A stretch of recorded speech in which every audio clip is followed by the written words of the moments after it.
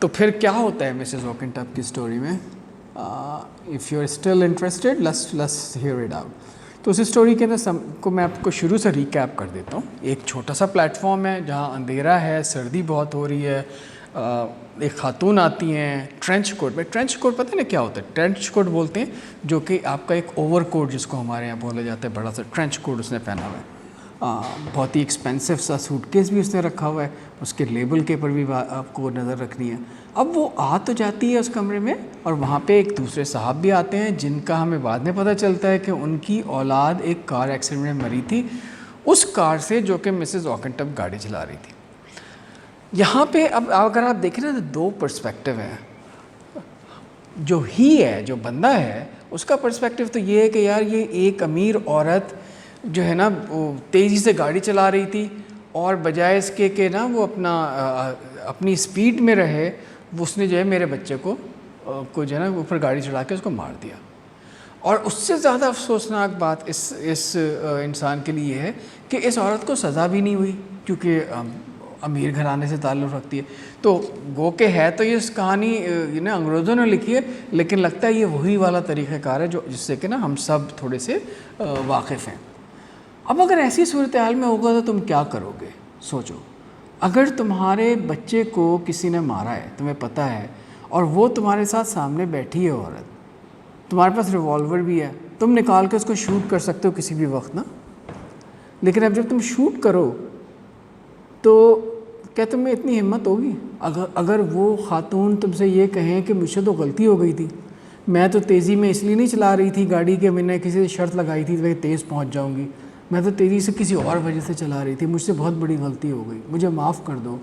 اس زندگی میں اس گلٹ کے ساتھ زندہ رہنا میرے لیے زیادہ بڑی سزا ہے بجائے مرنے کے. تو ہو سکتا ہے تمہارا بھی دل پسیج جائے کو مطلب کیا سمجھتے ہو نا, کہ تمہارا دل جو ہے اس میں رحم آ جائے, تم کہو کہ یار اس خاتون کو اب جانے دیتے ہیں نا. تو ان کے ساتھ بھی یہی ہوا. اب لیکن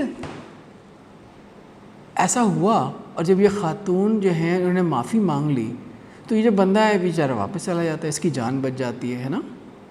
لیکن اس میں ایک اور ٹوسٹ آتا ہے. وہ ٹوسٹ یہ آتا ہے کہ یہ خاتون جو ہے جو کہ اب تک بیٹھ کے رو رہی تھی, she is actually not a witch. She is portrayed as somebody who is mean, who is wicked, who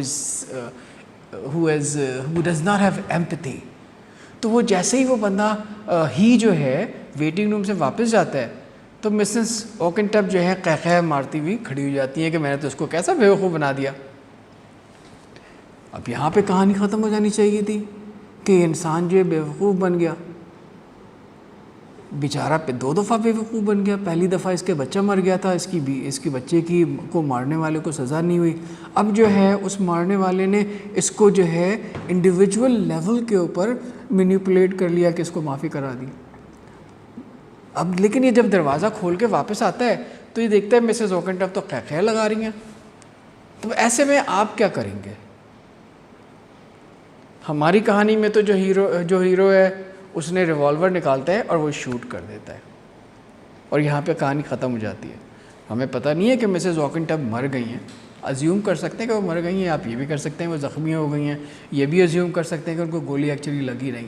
لیکن مدعا یہ ہے, اس کا فنڈامنٹل یہ ہے کہ ایک انسان جس نے کہ دوسرے انسان پہ ظلم کیا تھا, جب وہ آمنے سامنے آتا ہے تو وہ معافیاں تو بہت گڑ گڑا کے مانگ رہا ہوتا ہے, لیکن اس کے دل سے وہ اس کی معافی نہیں مانگ رہا ہوتا ہے. اسی لیے جو ہے مسز اوکنٹپ آخر میں ان کو شوٹ کر دیا جاتا ہے. تو یہ ہے کہانی.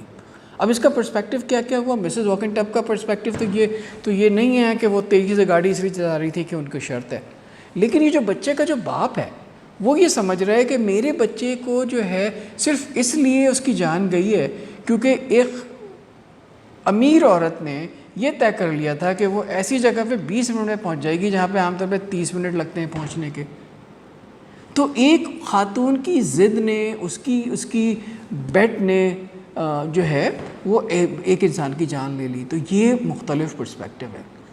اب یہ کہانی آپ نے سن لی, اب اس کے بارے میں سوالات آپ کے پاس کیسے آئیں گے؟ سوالات آپ کے ان میں جو الفاظ استعمال کیے گئے ہیں ان کے بارے میں آئیں گے یہ سوالات آپ کے پاس اسٹوری کی جو چھوٹی چھوٹی کہانیاں ہیں اس کے بارے میں آئیں گے، اور سوال یہ بھی آئے گا جو شارٹ آنسر ہوگا 150-200 لفظ کا، اپ ٹو 200 ورڈز کا، کہ آپ اس کہانی کے بارے میں یا تو کسی کو خط لکھیں کہ آپ نے یہ کہانی پڑھی ہے، یا آپ یہ لکھیں کہ بھئی یہ والا میں نے کہانی دیکھی ہے کہیں پہ پرفارم ہوتے ہوئے، یا یہ کہ میں نے خود یہ والی کہانی پرفارم کی ہے، اس کا رول۔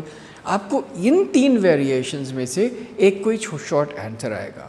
ان تینوں ویریشنز کا جو آنسر ہے نا وہ تقریباً سملر ہی ہوتا ہے، تاکہ آپ کے سوال اگر بدلتے ہیں تو آپ کی جو پہلے 2 جملے ہوتے ہیں وہ صرف چینج ہو جاتے ہیں، لیکن جواب آپ کا وہی ہوتا ہے جو کہ آپ نے اس کہانی کے بارے میں سنا ہے۔ میں یہ نہیں کہہ رہا بیٹا کہ آپ نا رٹا لگا دیں، rote memory is not a good thing, میں آپ کو زبانی یاد کرنے کے لیے نہیں کہہ رہا، میں یہ کہہ رہا ہوں کہ آپ ایک دفعہ اگر ایک اسٹوری سمجھ جائیں، ایک جواب سمجھ جائیں، اسی کو آپ 3 یا 4 مختلف طریقوں سے لکھ سکتے ہیں۔ تو اس کے لیے جو ہے اس کا جواب کیسے ہونا ہے یہ آپ کو انشاءاللہ تعالی آخری ویڈیو میں آپ کو ملے گا۔ اس ٹیکسٹ بک 2 کی 2020 کے جو امپورٹنٹ کویسچنز اینڈ آنسرز ہیں اس کتاب کے، وہ آپ کو آخری ویڈیو میں انشاءاللہ تعالی ملیں گی۔ ابھی میں آپ کو امیڈیٹلی امپورٹنٹ کویسچنز پہ اس لیے نہیں لے کے جا رہا تاکہ آپ کہانی کو سمجھ جائیں، تاکہ یہ کہانی جب آپ کے بچے جب آپ کے انٹرمیڈیٹ میں پہنچیں اور جو آپ سے کہیں کہ ابو آپ نے یا امی آپ نے کبھی مسز آکنٹاپ پڑھی تھی، تو آپ یہ نہ کہیں کہ ہاں یاد تو آ رہا ہے، آپ کے ذہن میں کہانی ہو۔ ٹھیک ہے، پھر انشاءاللہ بات کرتے ہیں۔ اللہ حافظ۔